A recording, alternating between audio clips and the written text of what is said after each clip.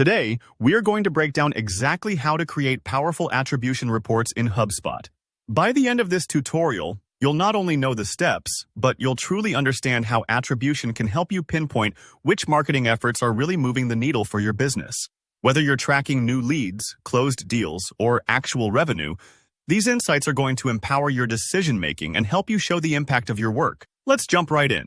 First off, there are a couple of things you'll need before you can create attribution reports in HubSpot. You'll want to make sure you have a professional or enterprise HubSpot account. This feature isn't available on the free plans, so double-check you've got access.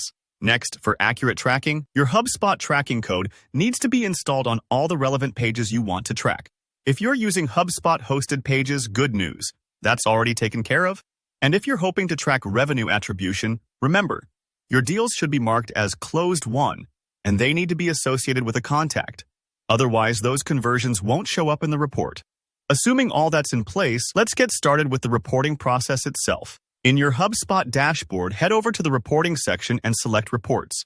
This is the control center for all of your analytics in HubSpot. When you're inside, look towards the upper right corner for a button that says Create Report. Click it. This is your gateway to building something custom. On the left menu, you'll see an option for Attribution Report. Go ahead and select that, then click Next. If you're a bit unsure about what attribution means, think of it as the detective work behind figuring out which touchpoints helped drive conversions.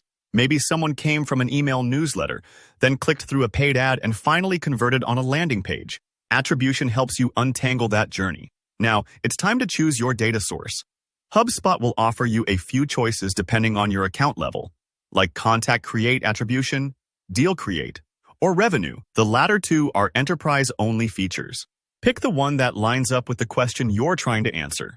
For example, if you want to see what brings in new contacts, select Contact Create. If closing deals is your focus, choose Deal Create.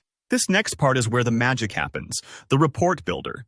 At the top, you'll see a pencil icon, which lets you name your report. Choose something descriptive so you or your team can find it later. Now, you'll dive into the attribution model selection. HubSpot gives you several models, like first interaction, last interaction, linear, W-shaped, and full path. Each model distributes credit a little differently across touchpoints. For instance, the first interaction model gives all the credit to the initial interaction, while linear spreads the credit evenly.